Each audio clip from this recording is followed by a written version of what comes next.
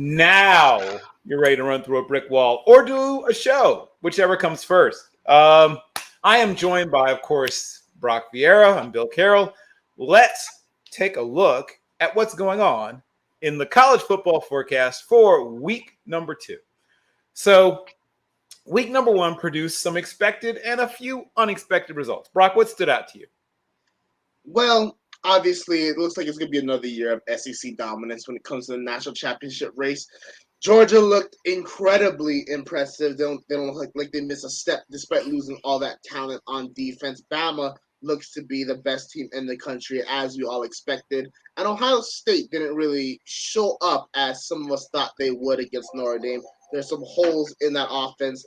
They might be getting to a slow start like they did last year. But like last year, they could lose one or two crucial games to where when it comes to late November, early December, they lose another one, they're out of the playoffs. Yep. The second thing is that a lot of people, a lot of coaches, a lot of players are who we thought they were. I want to highlight two before we jump to other things. And the first one is Bo Nix. Obviously, when he went to Auburn, there's a bunch of hype behind him. Alabama high school football player of the year. His father and family are closely associated with Auburn's program. Great mechanics. Talk about generational athlete. Didn't really work out at Auburn, especially when Harsin came in. Tries to go to Oregon and reinvent himself with downlining and that staff, and played an absolute horrible debut game against the Bulldogs. We heard some rumors coming out of camp that he might not even be the starter. And that's why.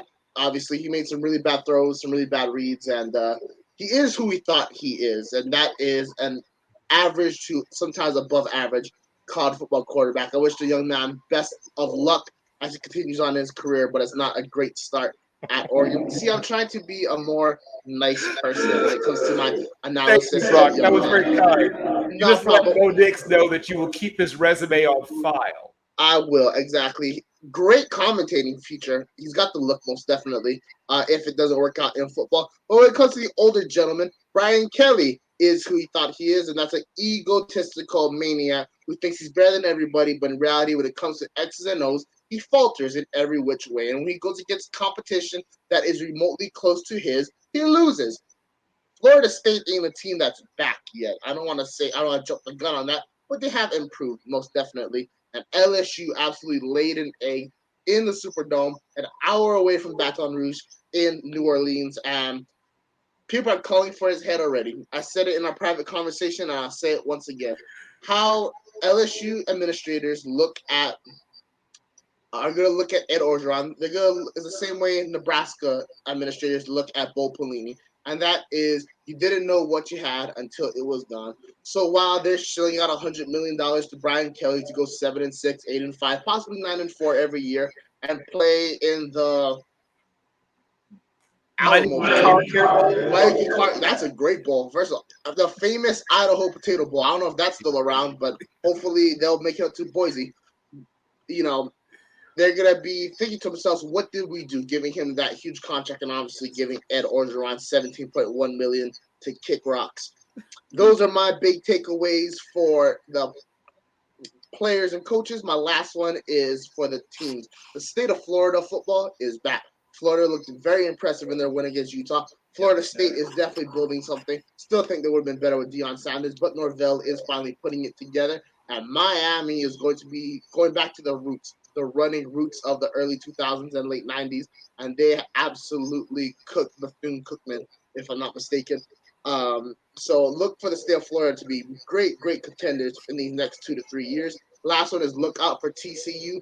Didn't get off to the greatest start against Colorado in Boulder, but they kicked it up in the second half, and their dynamic spread offense with Sonny Crumble that was used to great effect at SMU is being implemented to great effect at TCU, and I expect them to put up points rapidly. I'm going to agree with most of what you said. I might not have said them the way you said them, but I agree with most of your points. Here's something I want to make sure I also mention so they are who we thought they were. When Jackson State took the field against Florida A&M, I had a feeling that it was going to be a fairly lopsided affair. I thought Florida A&M would at least, make it interesting early on and then eventually be worn down by the superior talent. I was a little bit wrong. They got blown out from jump. it was very apparent that Jackson State is different. I don't know if, I mean, we saw what South Carolina State did to them in the Celebration Bowl, so obviously anything's possible, but man, did Jackson State look good. Shedeur Sanders is as advertised. I watched him, literally when he shows up on campus, missing time because of the COVID year and still looked good last season. And he's better now. He's bigger. He's stronger. He understands the game at a higher level. They have a bunch of D1 guys. And of course, obviously Travis Hunter. So when you think about the guys that have transferred back from D1 schools to this school and add on to it the fact they're now getting 3 and 4 star guys and obviously 1 5-star type in Travis Hunter, everybody's going to be at a disadvantage when they play Jackson State. Well, once again, we'll see what South Carolina State does if they see them again in the Celebration Bowl. But this is a team to watch. They're going to next strap it on, and this should be a slightly more competitive affair against Tennessee State, led by, of course, Eddie George. So you'll be a bunch of NFL types, on the sidelines, and some NFL types on the field. I'll be obviously reporting back about that game. So now let's look forward. Tell me, what are you looking forward to seeing in week 2? So week 2 has a lot of great games coming up, and there's a bunch of players that I want to keep an eye on. I'll start talking about the games real quick. There's 2 in particular that I'm very excited about. The first one is Kentucky and Florida. So obviously there's been a lot of hype on Kentucky coming into the season. Will Levis, people are saying could be first overall pick, top 5 pick, things of that nature. We watched week 0 and week 1 unfold, and then that same hype has now been transitioned to Anthony Richardson. Anthony obviously has that big body type, strong arm kind of build that you want to see in your NFL style quarterback. Richardson definitely balled out in the second half against Utah. That 2-point play is something people are going to talk about for a very, very long time. So now it's going to be a great matchup to see where both programs are. Kentucky ready to take that next step into going to an SEC championship game, winning the SEC East, or are they just going to be that above mid-table team that makes a New Year's Six bowl every 2 to 3 years? And is Florida going to go back to what they were in the mid-2000s under Urban Meyer? Obviously, they got a lot of great tools around them. Billy Napier is impressing people day by day. I'm a big fan of him. He's got those boys ready to play, and they want to play for that coach. He is a leader of men, and I think Florida is going to make a statement in this game. They're going to smoke Kentucky, and they're going to say to the whole world, Florida Gators are back. So that's the first game I really, really like. The second game that I really like is we'll talk about it later, but obviously Stanford, USC, we got Alabama, Texas. But another big game that's going to be something that could factor into the college football playoffs is Tennessee and Pitt. So obviously they had a really great game last season. Tennessee blocked a punt early, but Pitt was able to come back, obviously behind Pickett and then Jordan Addison. Yeah. This year, Tennessee looks more well-rounded in their offense, but also fairly inconsistent, as we saw against Ball State. Hendon Hooker is a guy that a lot of people had a lot of hype on. I don't really share that hype. I think he's above average college quarterback. He doesn't have NFL potential. Cedric Tillman is a guy to keep an eye on. He was electric in his career, especially against Tennessee. There were some catches that went out of bounds, but his ability to contort his body, make catches from different angles is something to really keep an eye on. Their offense goes too fast for my liking.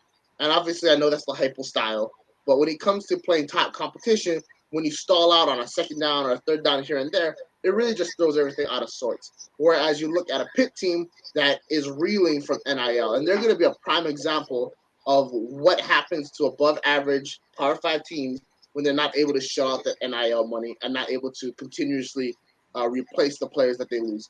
Obviously, lost Pickett to the draft, Addison to USC. The receiver, Slovis was putting balls in receivers' hands, and they were just dropping it against West Virginia, the backyard brawl. So it's going to be a really interesting way to see whose style wins out when it comes to being an above-average Power 5 team. Is it going to be a fast offense that utilizes your talent at receivers, or is it going to be a more pro-style, multiple looks offense like Pitt, where you can just plug and play guys here, and hopefully it goes together? So those are the 2 teams that I'm really excited to watch. Last 2 guys is Drake May out of North Carolina. North Carolina's defense has really, really let them down, but Drake May has stepped up in their place. Two incredible performances, one against Florida A&M, secondly last week against Appalachian State in that absolute shootout. And then the last one is Charlie Jones, wide receiver from Purdue. Transfer from Iowa, made the right decision considering Iowa only won 7-3 in the weekend against South Dakota State. Yes. Charlie Jones went off for over 10 catches, over like 150 yards receiving. He reminds me a little bit of that Slade Bolden archetype. Maybe you see in the NFL of Braxton Berrios. But he's faster. He's faster than he's faster. Oh, Wayne Chebet. And trust me, I know what you're thinking with those characteristics and those guys. And yes, I am emphasizing the Caucasian nature. He is a Bill Belichick prototype wide receiver, but he does have NFL potential. Is faster, shows great athleticism. Reminds me a little bit of another Iowa legend in Tim Dwight. Very fast. You know Tim Dwight. San Diego Chargers legend. Took a lot of Falcons to the Super Bowl, helped out, and obviously scored against the Broncos. But yeah, very short. He's good at route running, very explosive out of his cuts, and he's got solid hands. Great, fundamentally sound player, and that's a guy I like to see Purdue lean on as they move on further this season. So those are some of the guys and some of the games that I'm looking out for. I'm going to give you guys a name to circle. Now, obviously, the big game, when people talk about the state of Texas, and you always think about Texas A&M, I'm fascinated by the Houston Texas Tech game. I will be watching the game closely. There's two interesting quarterbacks in that game. There's interesting players all over that field, but I'm going to start with Clayton Tune. Clayton Tune is one of those guys that I saw him early in his career, and I was like, ugh, right? But I talked to someone I know who knew Clayton, knew him from the time he was in high school and knew him quite well because he was part of, the team that brought him there to Houston. And he said, just watch, this guy's a guy, he's a reps guy. Like he's a guy that needs to sort of grow into things. And he has physically grown and mentally grown tremendously since I saw him in his early starts where he looked frankly lost. That's a game I'm really interested to see. And then in a real contrast in styles make fights, right? You get to see Wisconsin, which wants to play 1974 football, versus Washington State that wants to play, 2400 or whatever, like the 23rd century football, right? It'll be an interesting contrast in styles because there's no two more different offenses unless you want to go triple option, probably in college football left. And then we're going to go to our guest in a break and then our guest in about a minute. But one other game that I think is sort of a sneaky, interesting game is Wake Forest Vanderbilt. Now, obviously, Vanderbilt is the lowest enrollment school in the SEC, and Wake Forest is the smallest enrollment school in the ACC. Both schools are dramatically smaller than the next smallest school in their conference. Wake Forest has, I think, around 37 or 3,800 undergraduates, and is is the smallest, I believe, Power 5 in terms of enrollment. And then Vanderbilt's not that much bigger, but bigger than Wake Forest. But Wake Forest is the better program, I think. But I think it's going to be a very close and interesting game. And obviously, we'll be monitoring Sam Hartman's situation. But I'll be watching those games. And we're going to have a quick break. And then right after the break, we will have a very special guest, one of my favorite people really on the planet Earth, quite frankly.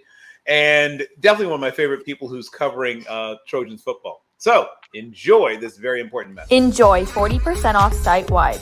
Vitable takes the guesswork out of feeling good. Get your own personalized daily vitamin pack safely delivered to your doorstep every month. Take their online quiz to find out which vitamins and minerals can support your personal needs based on your own diet and lifestyle. Hashtag only what you need, nothing that you don't. All vitamins are manufactured in Australia at the highest quality standard. Ingredients come in the best form for their absorption by your body. Enjoy 40% off site-wide using code NBS40 at checkout. Ladies, gentlemen, ships at sea, anyone and everyone, wake up your children, get grandma. She can watch Price is Right some other time. This is a truly special moment.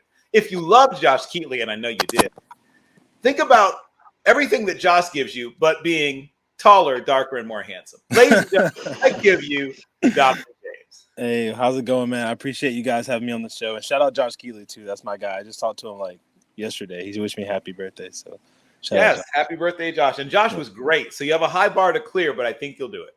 Oh, yeah, he's great, man. No, I'll try to. So USC, this is the question, obviously, that schools like Texas, Nebraska, Florida, Miami, and USC ask every year: Are we back? Are we back? Are they back? Are we back? We've asked this question every year since ever since Pete left. So I'll start with that. Is USC back? And what does back mean now for USC? Is USC back? We don't know yet. To be determined. The closest we've been back from the Pete Carroll days is obviously, I thought we were back when Sam Darnold and those boys, Juju Smith-Schuster, beat Penn State in the Rose Bowl. Yep. And, I thought we were back then, but then it all went downhill from there. So are we back yet? We don't know. We played Rice last week at home. For versus Rice, I mean, the Coliseum wasn't packed, but it looked back. We'll see. We're gaining momentum, man. We got a long way to go, and it starts really this week on the road versus Stanford, a team that we have struggled against with Coach Shaw or Coach Harbaugh, either one. And it's a team that they're trying to turn it around too. They went 3-9 last year, and they got Tanner McKee back and a bunch of key players and a couple transfers here. So we'll see. I mean, it's a tough road game in Palo Alto, and hopefully we can get the dub. But are we back? No, not yet. We got a long way to go. Tough schedule. Not that tough, but tough games. Tougher games than Rice. So we'll see. Right. Well, I'm going to throw it open to my co-host first, and then I'll see what your questions are. Yes. Well, first, Bill, I want to say that your introduction was absolutely beautiful. And the last time I heard the term tall, dark, and handsome was what my female dorm mates are looking for in their male suitors in college. With that being said, what football players do you think are the attractive elements of USC that are going to propel them to being that national powerhouse again? It's a really good question. Caleb Williams starts with him. Starts with Caleb Williams. It's $1 million man. What this NIL deal thing just makes it a lot different. I've talked to Bill about it, especially. I'm kind of old school when it comes to, this is new, and it's just it's a lot of pressure on Caleb coming from Oklahoma, being a kind of Heisman candidate last year before tailing off at the end of the year when he got hurt. Coming over with Lincoln, that was the biggest get for us. We're top 10 right now. We're not even in the top 10 to really discussion or a college football playoff discussion if Caleb doesn't come over. So it starts with Caleb Williams for sure, the sophomore, and then obviously another guy would be Jordan Addison, who I heard you guys mention earlier, Biletnikoff winner from last year. A key component to a team that's really, we probably have one of the best wide receiver groups in the country, if not, I would say top 3, top 5. They go 7-8 deep at wide receiver, USC. There's guys that probably won't get too many catches at all that are like 4 or 5 stars. So Jordan Addison leads the way though there, and then I would probably say Andrew Voorhees, big ugly, but he's a key player though, man. He's got to keep Caleb upright and make sure those guys get the ball on the outside. So Andrew Voorhees is a 6-year senior. I believe he's at 37 starts out of 44 games. So he's a veteran on the team on a still young football team. So I would go with those guys, and then I'll flip it on the defensive side. I would say Shane Lee from Alabama transferring over is just a key because his defense is still. This is where we'll see if we're back. The defense got to play well. So Alex Grinch, Dante Williams, and those guys got to get it done on defensive side, X's and O's wise. But Shane Lee on the field is kind of the X factor to me and kind of the key component for them to win a Pac-12 championship, be in the college football playoff, and maybe win a college football playoff championship. It would be crazy to do in the first year for Lincoln, but it could be done possibly. So we'll see. Okay, so I think that you obviously made your bones in this whole football thing and the wild and wonderful world of recruitment. Tell me a little about some of the guys who are young guys. You mentioned young guys. Who's a young guy that might actually make an impact this year? Or a couple of them? Yeah, Raleek Brown from Mater Dei High School in Santa Ana, California, who I'm sure you've heard of Mater Dei before, people listening, obviously. Number 1 high school football team in the country, or 2, I guess Bosco's number 1. But yeah, he started all 4 years there. So he was with J.T. Daniels and Brew McCoy, and he was with Elijah Brown, and all. He's been there forever. It seems like at Mater Dei starting, and he's a big impact guy. I actually just did a piece on him that'll be out later tonight, and he's a big impact guy, man. Austin Jones is a Stanford transfer who's going to be playing too, obviously, and then Travis Dye from Oregon. But then Raleek Brown's kind of the future. He's a little guy. He's only 5'8", about 188, but he can run between the tackles really well. Catch the ball well, does a little bit in kick return as well if they need him to do that. So he's a true freshman. And Bill, I just interviewed you about the running back room, and it's kind of a rotational thing right now. There's no really – I mean, Travis Dye, I guess, is the starter, but they're kind of just all splitting carries. Relief Brown ran for 78 yards last week – or 78 yards, from scrimmage. Ran for 55, I believe. So I think he'll be impactful this year. As far as other guys that are younger, I mean, there's so many, man, on USC's team this year. I think I'm trying to go on offense. I'll stick on off. I mean – I don't know, man. There's Kyron Hudson, actually. I'll stick on offense. Yeah, the receiver room's deep. Brendan Rice, Jordan Addison, Mario Williams. But then if you look at that second team with Taj Washington and Hudson, I think he can make an impact. He's got some deep ball speed. He's a redshirt freshman. He caught a couple big passes last week. C.J. Williams as well, but he's kind of buried in the depth chart right now. But I think towards the end of the season, or if injuries happen, he'll move up that depth chart and be a big player for them. And another freshman, I would say, or young player, is Lake McRee. He's going to be splitting time with Malcolm Epps and Josh Fallow, but I think Lake McRee is the best blocker on the team and probably the best vertical threat downfield. I like Malcolm Epps a lot too, especially in the red zone, but Lake, 19 years old, redshirt freshman, is going to have some big responsibilities, especially with Judd Wolf being out for the season, who I was looking forward to seeing.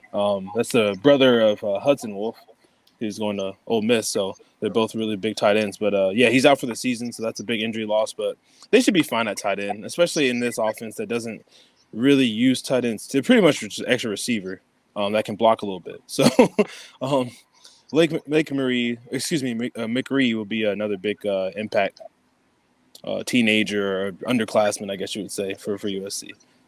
Okay. Brock, do you have any other follow-up questions you wanted to ask?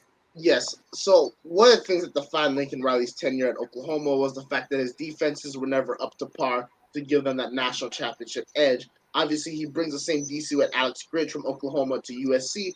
Do you feel that what you see out of this defense is a different story, or just same old with that USC defense, or with that Alex Grinch defense?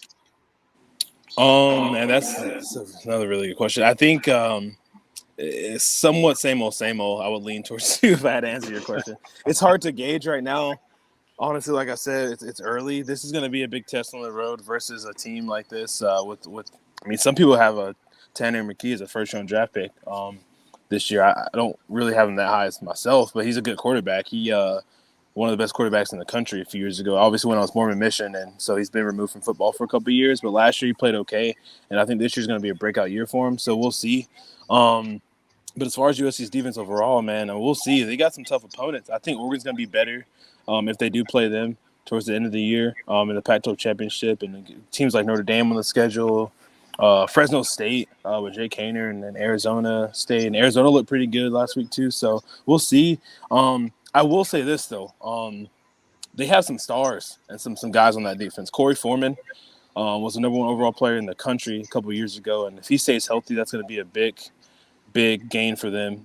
He's a first-round pick, like, potential guy. Eric Gentry's a good transfer over. Romello Height from Auburn. Shane Lee. They're all transfers, man. That's the tough thing. It's like every starting linebacker on the team's a transfer. Huh. Mekhi Blackman's a transfer. Latrell McCutcheon's a transfer. So it's just, I don't know. You know what I mean? These guys have only played together for like 2 quarters. You know what I mean? So it's just tough. Now you got guys like Raylan Goforth. He's been there forever. He's a 5th-year senior. Brandon Pile, Thule up front has been there for a while now. Nick Figueroa. So we'll see. Some of those guys have been there for a while, but it's just tough. Jacoby Covington even. I know Bill, you like Jacoby Covington a lot, but it's getting transfer. They didn't play much last week in the Rice game, so I don't really know how good they'll be because they're just a bunch of guys that are good players, but they've never played together. So it's just tough to kind of gauge that. But I would lean towards same old, though, if I had to answer your question. I'm glad we came over to defense. I think, frankly, SC will go as far as their defense allows. I think they'll be fine in offense. I just worry when they do face certain teams, and this will be a good measuring stick, that defense may be the thing that lets them down. So obviously people spend a lot of time on offense, a little bit of time on defense. people rarely talk, in my opinion, enough about special teams. Tell me about because it seems like when the elite level versions of this team, of SC in its best run, they always had terrific punting, fantastic return, good coverage, and really good place kicking. Yeah, I mean, you're right. Tom the Bomb Malone is like one of my favorite players in USC history. I know some people probably don't know who that is, but he's a Tom legend. Malone for Heisman signs used to be seen with great clarity. Yeah. And they had some great kickers, man. Rest in peace to Mario Danello. He was probably one of my favorite kickers there, and they've had some other ones. And we lost, they lost Chase McGrath in the offseason to Tennessee, who was probably one of the best kickers in the country, especially from long range. I think he was 32 of 42, made a couple of field goals last week. He'll be big in that Pitt game for them, and I wish him and Brew McCoy the best of luck, both transferring to Tennessee. But as far as our special teams, again, that's something we didn't really have to use last week, but it's going to be questionable. Special teams is actually a place I worry about USC. I mean, I'm glad you brought that up because, I mean, you just hear about the offense so much, man, especially LA media, and that's all they really care about is offense. Literally, I mean, I know we're 7-8 deep at receiver. We got a bunch of running backs and pretty solid line, amazing quarterback. But you got to stop somebody eventually, right? I mean, look at all the talent Oklahoma had. You guys were just talking about that, but they still couldn't figure out how to beat Georgia that year. Baker was there, and damn sure didn't figure out how to win versus LSU or any other team. They were 0-3 in the college football playoff when Lincoln was there. So all that offense doesn't really matter. You got to stop somebody. So, but special teams, I'm worried about. Aiden Dalton is the kicker, and then Dennis Lynch. They got two kickers. They got a walk-on freshman, 17-year-old that hadn't kicked since his junior year of high school. Is one of the kickers. So, I mean, Gary Bryant is a bright spot. He's the punt returner and kick returner. Then you got Raleek Brown and Taj Washington behind him. So that's good, but it's tough, man. These guys haven't had much experience kicking. Neither were on the team last year. Like I said, one was a freshman that missed some time due to COVID and an injury. So we'll see. I hope it doesn't have to come down to a field goal because it's going to be tough. I'll say that. But as far as getting field position, yeah, I'm happy with that. And I think there's a lot of guys on this team that just want to play. There's not a lot of true freshmen on this team. So, Bill, when you asked that, it was kind of tough because all the guys we got were transfers. 13, you know what I mean? The most in the country. So our recruiting class next year is going to be top 5, but this year's recruiting class was just kind of a wash because Lincoln came kind of late and everything. But we'll see, man. The special teams is going to be tough. This game is big. Stanford's good at special teams, so right. They won't. That's one of their. Even when they went 3-9, they still always have a kicker. Jake Bailey, I think last year was their kicker, and he was all Pac-12. So it's going to be that's a good thing to look out for on Saturday. Tomorrow is special teams. USC's lack thereof special teams. Brock, do you have another question for Donovan before I hit him? Yeah, I have one final question, and this is just kind of talk about where does USC go from here. So I remember when I visited USC campus maybe about 4 or 5 years ago. USC isn't. I thought it was going to be in the middle of like this very big, industrious, populous area. That's absolutely not the case when it comes to geographical location. There's literally neighborhoods right next door. So, and with USC being a cultural place and a place that people were repping their jerseys back in the early 2000s and things like that. What do you think Lincoln Riley and that staff need to do in order to reestablish that culture in the Southern California community? Bill hit it on the head in our interview, man. Some of it goes back to recruiting. Now, USC hasn't had a problem recruiting. They've only been finished out of the top 25 1 year, and that was last year with Clay Helton. They haven't had a problem recruiting really at all. It's just been coaching and some other stuff. But getting the LA kids back, man. There's a lot of kids on the roster right now that are really good players, and they're just not from LA. I mean, they might be California kids, but they're not really from the city. And getting kind of the city back into it. I think it's lost a little bit luster in the city. Like, obviously, USC is still the ticket and the team to go to as far as college football. But now that you have the Chargers in town and the Rams in town, it's not going to be exactly the same. When Pete was there, that was the football ticket. Now there's a couple tickets you can get, and those teams are really good. The Rams didn't look good last night, but I mean they won the Super Bowl, and the Chargers are there with Justin Herbert, and you got the Lakers with LeBron and stuff. So there's a lot to do. The Dodgers, top 5 team. Angels got Ohtani and Trout. There's a lot of stuff to do in LA already, man. So just getting that fun back into it, getting the Coliseum packed that night, getting those spotlight games. getting the fans back into it in LA, like I said, and all over California, just taking over the whole state is what they need to do. Locking those players like Bryce Young down. He should have never left.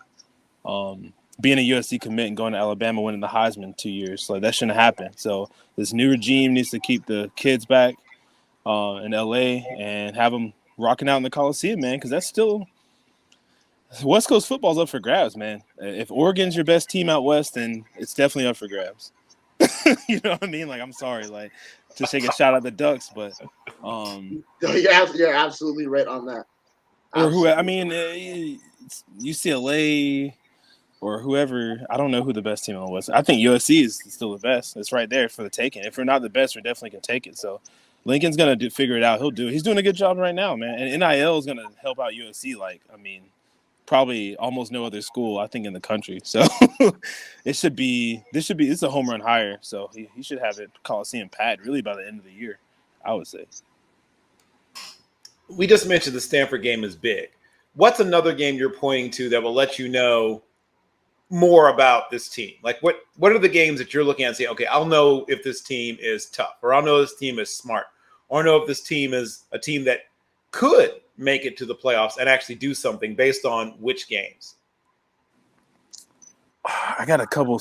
I mean, the Utah game, you know, and I know Utah lost to Florida last week, but that's still a team that could probably win out and possibly go to college football playoff. They're definitely still the favorite to win the Pac-12. So that game, is October 15th on the road in Salt Lake City. Just the way they play defense and the way Cameron Rising, I feel like it's getting better. I know he kind of struggled a little bit in that game, but that's a game for me that I got circled. And then, like I said, this game, obviously, Fresno State is kind of one of those games going to be fun. I mean, just because Jake Hayner in that offense, they bring a lot of guys back. I think like 16 people back from that team. That'd be a fun game just to see where the defense is, really. I think USC will kind of handle them, especially like on offense. I don't know if they'll be able to keep up, but I think Fresno State will score a lot of points. And if you go deep into that schedule, I mean, even like we've struggled just versus certain teams, man. Like Washington State, it's at home. That team might only be like 3 or 4 wins into that game, but that's just the teams USC have struggled against traditionally. Now, this is Lincoln Riley-led team, so it's a little different, but those are games I'm looking for. Washington with that up-tempo offense, Fresno State's up-tempo offense, and obviously Utah because of how physical Utah can be and will be. Just because they lost that Florida game doesn't mean they're done yet, you know what I mean? So that's going to be an important game. And then obviously going to the back end of the schedule, Notre Dame, I think Notre Dame's really good. That might be the only game they lose to Ohio State. Well, we'll see. I mean, they've got some tough games on their schedule, but it's a really good team, man. And that was Buckner's first big start on the road, and he impressed me. I mean, he didn't do anything wrong. He didn't do anything great, but he played pretty well. So Notre Dame at the end of the year at the Coliseum is going to be huge, and that could be a game where I'm talking about where the Coliseum is packed out. You know, senior day. And it's the last game of the season. Could be a game that decides college football playoff. So that's a big one to me too. So there's some big games on the schedule. UCLA at the end of the year, rivalry. You know, got to beat them. You know, homecoming's Cal. So there's some games on the schedule they need to definitely win and waste no time scoring the ball because they're going to score a lot of points versus everybody. Yeah, like I said, I wasn't concerned at all about their offense. Defense and special teams are the things I'll be focused on when I watch this game. Okay, one last question. Do you have a favorite player in this particular version of the team, and why is that a player that is a particular favorite of yours? Favorite player? Could be on offense. I was trying not to pick Caleb Williams, but I mean, yeah, I mean, it's Caleb Williams. Williams. He's the one. Caleb's just fun to watch, man. I mean, I don't think there's not many more fun players to watch than Caleb Williams. I was talking to you and a couple other people about that play where he made versus Kansas last year. That was like my moment where I was like, this dude is special, like different. He's making like plays that just like only certain people can make those plays. Like athletes, just pure 5-star athletes. Like I know he's a 5-star quarterback, but he's like a legit 5-star athlete. The way he can run and just make crazy plays that people wouldn't even think about making, snatching the ball away from your own running back and taking it to the house and then just stiff arming people and stuff. I mean, or obviously when he came in for Spencer last year, in the Red River Shootout and won that game. That was like his shining moment, his like claim to fame. So probably why he became $1 million man this year was that game. So those two games, and then just what he has embraced as a USC guy. He's really embraced the culture, I feel like, of USC, and he just carries himself well, man. He's 19 still. Right. So, or he might be 20 now, but he's young. He's a young cat, and him coming in and just embracing this team and this culture. And I heard him talking about like the history of USC, and I know he just got there and he's an Oklahoma guy, but at the end of the day, it looks like he's ready to be a USC Trojan. And I'd probably say second, I would say Jordan Addison. And he's wearing number 3, dude. So he's got to be good. He's borrowing Carson. He's borrowing. Carson said he didn't want him to wear it at first, but then he had a conversation with him. You know what I mean? And he's like, okay, I like this kid. He can wear that number. So, and Jordan Addison's special too, man. I mean, he's just last week caught 2 touchdowns and he only had 5 catches. He only really played a quarter and a half, and he's just so good. You know what I mean? Catching those 2 touchdown passes easy. I know, again, it was Rice, but Rice has got some guys on that team that were pretty good. Luke McCaffrey was great last week, so we'll see what they can do. But those are my 2 favorite players on this team, though, Bill. A lot of these guys just haven't been here long enough. The two guys I named have only played 1 game or half a game. I mean, Andrew Voorhees is the heart and soul of this team, though. And I've said this before. Him and Brett Nealon are like, if they stay healthy, USC has a shot. Like, okay. They really do. Even if something would happen to Caleb, as much as I love him, Miller Moss is a really good quarterback.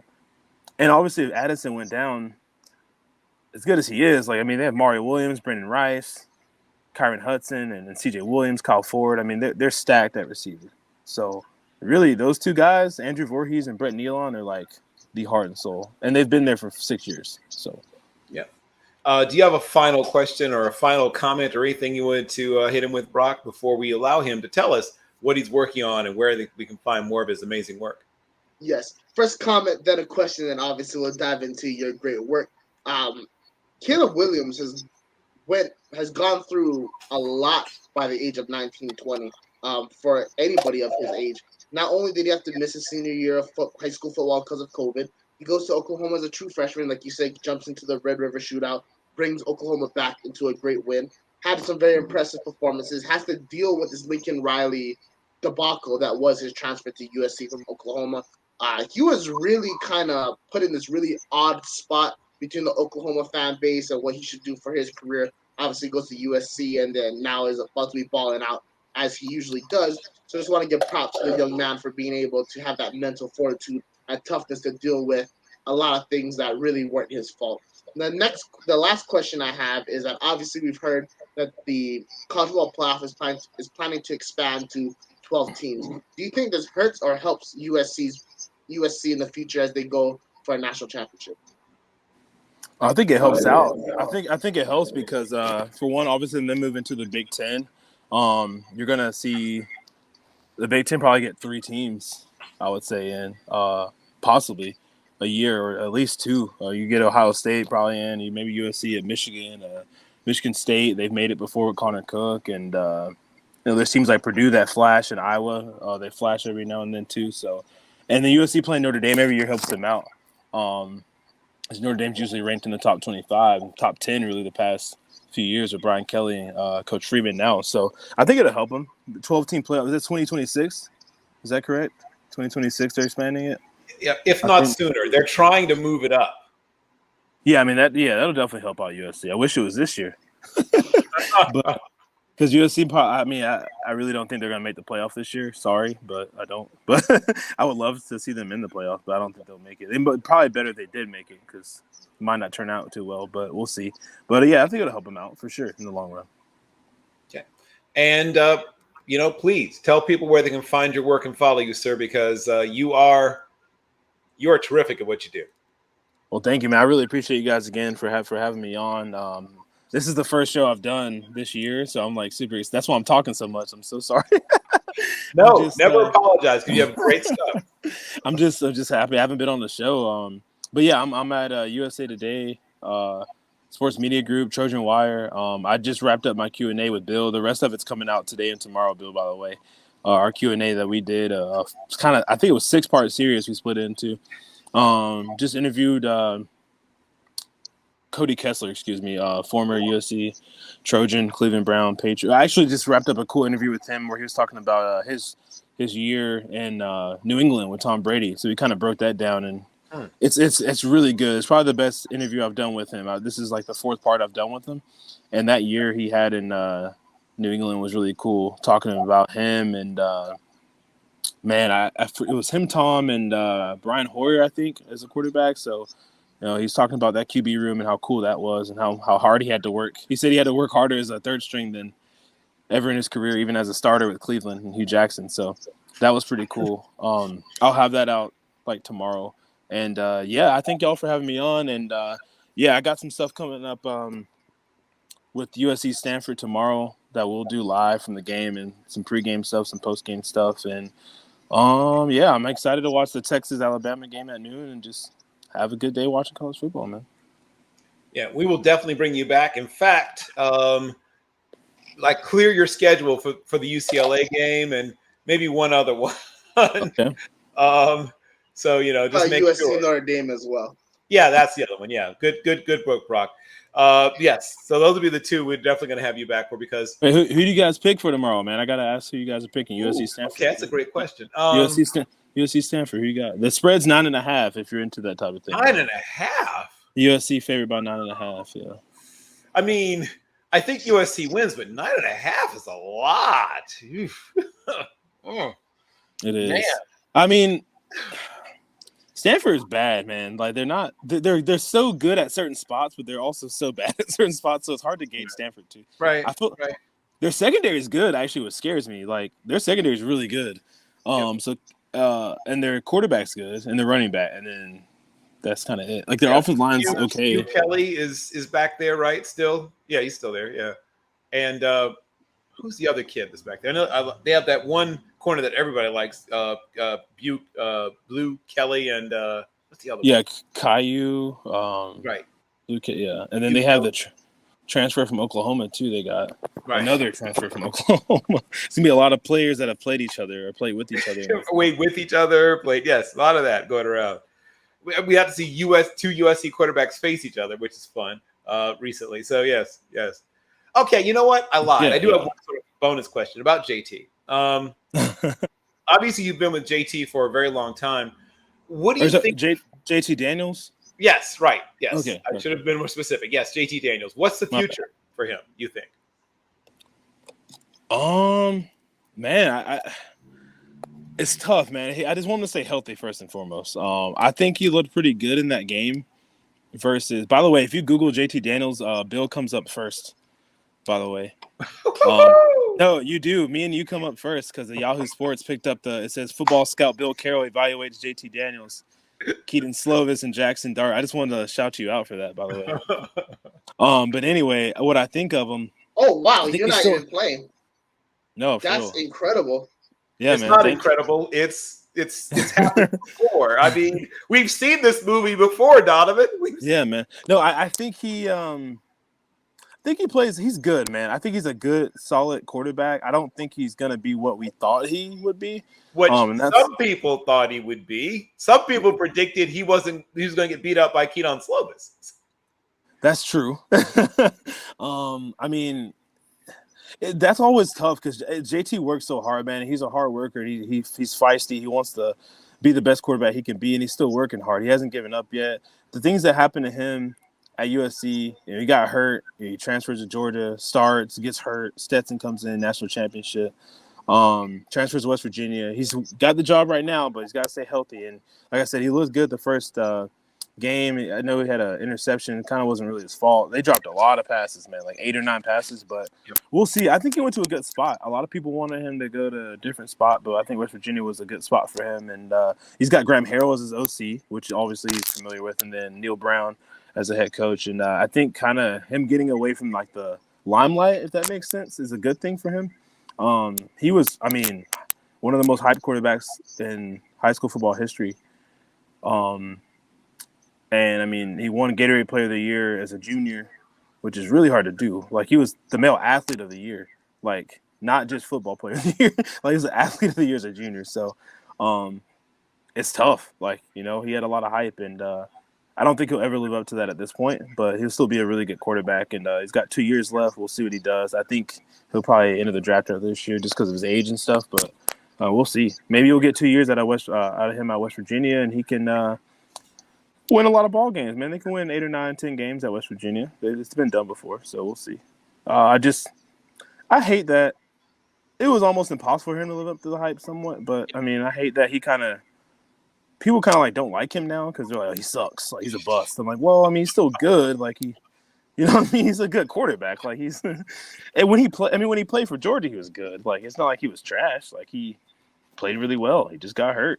And Stetson was really good too, and he won the job, and the rest is kind of history. So, yeah. So once again, I'll make it clear I wasn't rooting against him. It's just that I'd watched both guys play, and I was like, I never quite saw what everybody was so excited about with JT, and I saw that Keon Slovis seemed to make decisions more quickly, and I thought he got the ball out with more on it, at least, you know, on especially like underneath stuff. He seemed to get the ball there quicker, and guys get more yak. I don't know. I mean, I just look for certain things in quarterbacks. I like his footwork, and I still like Slovis. I still like Slovis a lot, and I hope that I'm not rooting against JT Daniels. I hope he has a great season. I hope he gets stronger and healthier and all kinds of good stuff. And he has a fantastic run and gets drafted somewhere in the middle rounds and gets a chance to study under somebody and develops into something. I just thought people were just crazy when they're comparing to like Peyton. Aaron. Oh, we got a lot of Aaron Rodgers comps. Aaron Rodgers, Peyton, all this crazy stuff, and I was like, no. I mean, that year it's almost like, I don't want to say he played too good, but I think it was his junior year. He threw for 67 touchdowns. I was like, dude, I mean, that's one of the best years I've ever seen. He was like threw for 5,000 yards, 67 touchdowns. And it's like, dude, this kid is like insane. But you also have to look, like I always say, you know, his team was really stacked, and Brew McCoy was there, and Raleek Brown, like I mentioned before, and CJ Williams and a bunch of guys like that. So, I mean, he's still, like I said, I love his arm strength. He gets the ball out quick too. He's really quick release, and you know, he's tough as hell. He's one of probably the tougher quarterbacks, I would say, in college football. So he's really good. And I think he'll do good things for West Virginia and Graham Harrell and Neil Brown. But you did like Keaton Slovis better, which I still think JT is a little bit better than Keaton Slovis personally, and Stetson Bennett. But like, I still think he's actually better than both of them. He just kind of got like injured, like really, he just lost his job through injury. But I don't know. Keaton's good too. I love Keaton. I interviewed him in the beginning of the season. Yeah. Haven't had a chance to talk to Stetson yet. That'd be great. He's big time now, man. His NIL deal's going through the roof, man. If Stetson Bennett's got to get a movie written about him, right? Like, next week. I can. Maybe like a Netflix original, not like a big time. Hold on, I was about to think of the actor. What is his name? There's an actor who looks like him too. That'd be perfect for it. You're right. I see it too. Oh, what is his name? It's killing me. It'll come back to me like after the show's over. But I want to thank. I didn't mean to take up much of your time, Donovan. It's just that popped in my head. No, you're good. You're good. This is fun. Yes, I had a great time. Also, check out the articles. I'll just read through it while you guys are talking. Fantastic article, and you know it's Bill when he uses quarterbacks' middle names as well. Anthony Corral, Jackson, Chase, Dart. Yes, that's the Bill Carroll special. Our editor was like, "How does this dude know these middle names? Like, especially Jackson Darts, because that one's like kind of you had to like find that." He's the professor. He knows everything. What I'm known for. Yeah, it's kind of my signature now. I started doing it like sort of to be funny on somebody else's show, and now everyone, you know, it's like now I have to do it. Everyone expects it. Donovan, you will be coming back, and we will definitely enjoy having you again. If you are not following him, it's at Don James Sports. Especially if you're a West Coast fan of football at all, you should be following him. But if you're a USC fan and you're not following him, then you might want to question yourself about really what you're doing. So fix that. Get your life right. Trojan Wire, part of USA Today. And once again, Donovan, we look forward to having you back again in the very near future. Yes, sir. I'm excited to be back, and thank you for having me on. I appreciate you guys, man. That is really one of my favorites. I've known that man for some time, and I've watched him grow, and I see something similar for you one day, young Brock. But yes, let's wrap up with a couple of things we're excited about. that are sort of under the radar, things that maybe people aren't talking about all over the place? What are some things that you're looking forward to in week 2 that are sort of more, stuff that you have to ask for in the back? Yeah, so I would get right into it, but first I do just want to say thank you, Don, for coming on. That was a fantastic interview and education, to say the least. And I do hope I can follow in his footsteps one day, even though I don't think I will ever be categorized as tall, dark, and handsome. Moving on to what's happening this week in college football. A game I'm really interested in is Appalachian State at Texas A&M. Yeah, thank you. Appalachian State, they're a program that has always impressed me since their upset of Michigan. That's their textbook of how you build a program. Them and Coastal Carolina, and where they are right now is an absolutely incredible place in terms of what they are in facilities, success on the field, success off the field, and getting players to the NFL. Well done to Appalachian State. I have A&M on upset alert, actually, from what I saw from Appalachian State last week against North Carolina. And quite frankly, what I saw from A&M last week, I wasn't fairly impressed. I think if Appalachian State gets the ball early, they can catch A&M off guard and come out with the win. With that being said, hearing Jimbo Fisher's interview, I think he is going to be prepared. So that's not a bet I'm fairly confident in if I'm putting money on it, but I just want to put them on upset alert. Couple other things I just want to take a look at. There's a lot of coaches on the hot seat right now, which I know we'll get into in a little bit. Expect those teams to falter because I really don't have a lot of faith in these coaches. I'll jump into that again in a second. But some just names real quick. David Shaw, because he talked about USC Stanford, I expect USC to win, not fairly convincingly. I think Stanford gets it on points, but I think USC, maybe like a backdoor cover, Stanford scores a late touchdown to take it from a 16-point lead to a 9-point lead, or so on and so forth. I don't really see Stanford being in that game. I think USC is too much. I think that's the game where USC makes a statement of who they are in this new Lincoln Riley era. Another team to look at is going to be Colorado. I think Carl Dorrell is out of his mind at this point. I don't think that he has a future career as a college head coach anymore. He had a really nice 2020 season. That was the anomaly. 2021 showed who he was, and that's why I think that he is on the hot seat.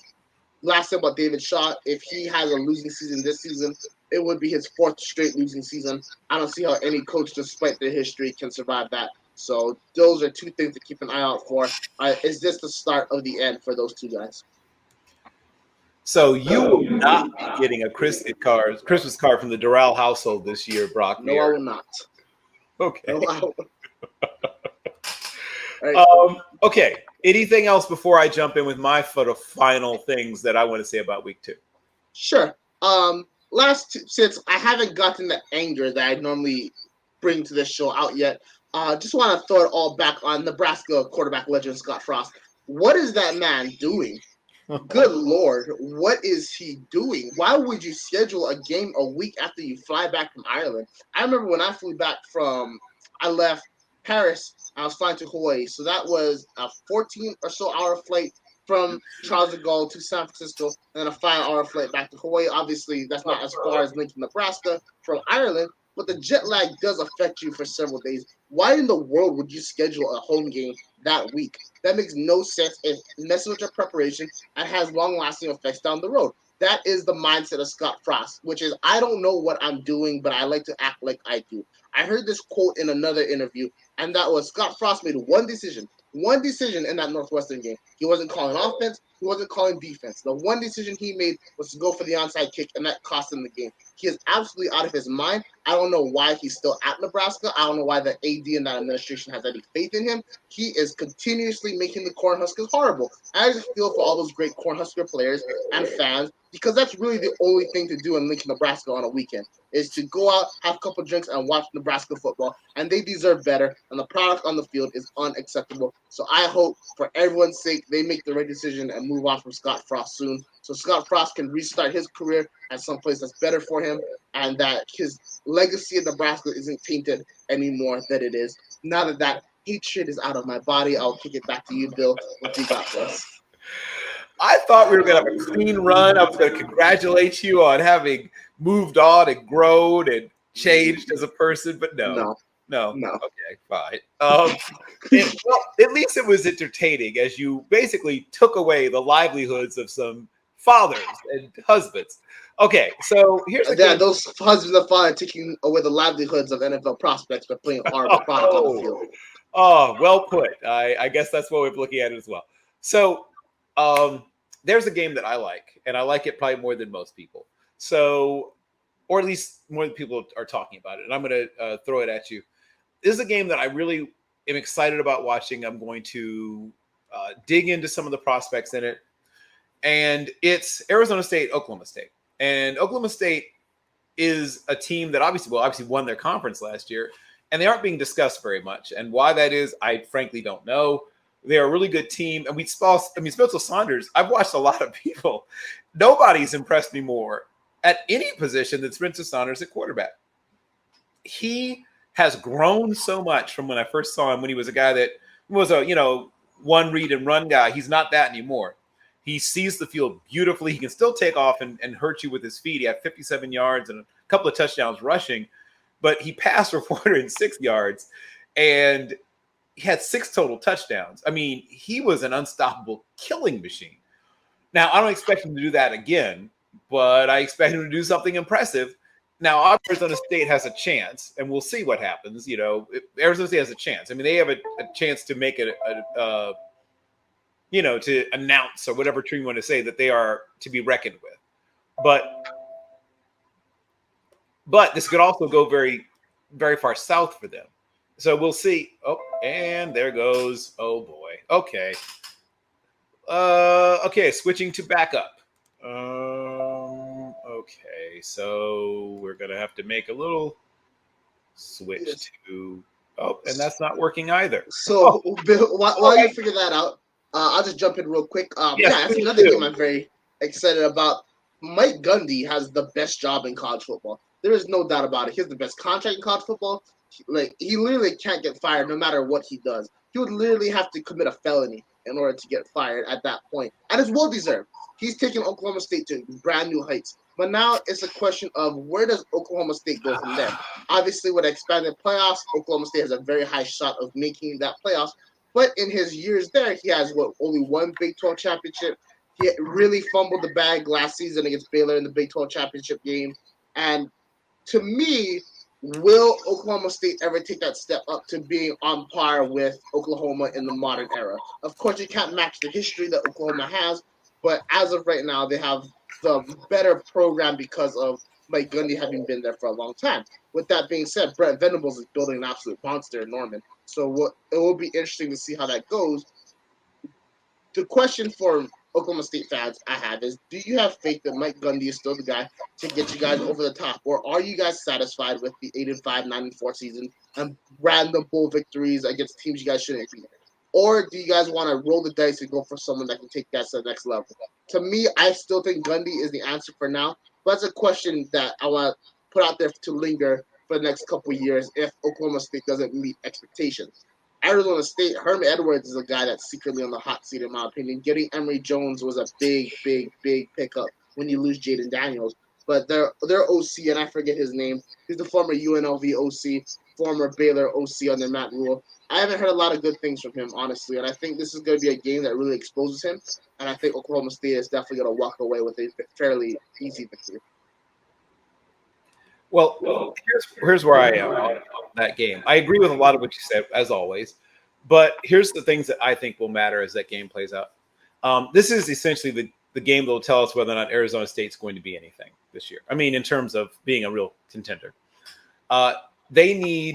Arizona State needs to play really well on defense. They can't keep up, let's just say can't. It's unlikely they can keep up on offense from what I've seen.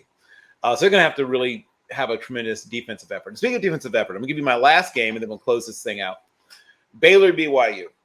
Now, BYU is ranked fairly high for reasons that I'm not 100% sure, quite frankly. But they do bring back a fair number of players. That's, I guess, is the main reason. But I really want to see this. And this is going to be a good, once again, people use terms measuring stick, litmus test, pick a term. But playing Baylor, which has one of the best coaching staffs in America. And while they're not loaded like Oklahoma or USC or Ohio State or anything, or definitely not Alabama or anything like that, they have enough good players, enough positions that I think they could possibly get some big plays on BYU, and if BYU gets down a couple scores, can they come back? What do you think of that game? I think it's a game that Baylor might win and might win by maybe 2 or 3 scores. I agree with that. I was very impressed with what BYU did against South Florida last week. We expected a big performance from them, and from the jump, they were up like 28-0 by the end of the first quarter. I feel that Baylor could put out high schoolers at defense and still dominate because of just how good Dave Aranda's scheme is. He is the top defensive mind in all college football at the moment. And we saw that last year with how many guys he got into the NFL that probably weren't of NFL quality had they been coached under another administration.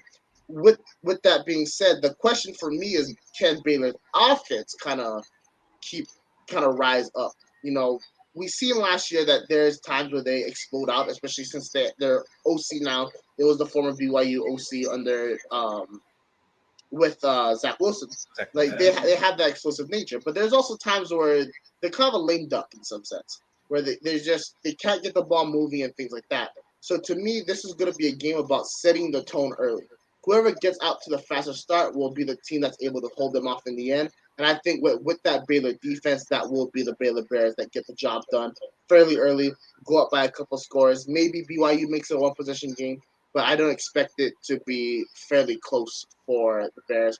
Comfortable victory. And they're a team that I have being the number 4th seed in the college football playoffs. I think this is a game where they really kickstart that engine and drive it all the way to January 1st. Okay. This has been an interesting show. Obviously, I had to suddenly deal with something dying on me, but able to swap out to a backup and finish out. Because that's what you do. Next man up, or in this case, next cam up. Yes. But making adjustments. Yes, it's game of adjustments, exactly. Once again, I do want to thank Donovan again. Donovan James is one of the best people in this business. And if you are a West Coast football fan, I cannot stress this enough, and you're not following him, it's at Don James Sports. Fix that. If you're a USC fan, you're not following him. Once again, I really get your life right. Right, I really do have to wonder what's going on. I mean, it's the year 2022, right? Get it together. So, on behalf of Nuts and Bolts Sports, I do want to thank everybody. Of course, my co-host Brock Vieira. I just mentioned our amazing guest, Donovan James, and I want to thank, of course, you, the viewer, for giving us your time, your attention, and letting us talk about the thing we love most, football. Have a great, wonderful football week.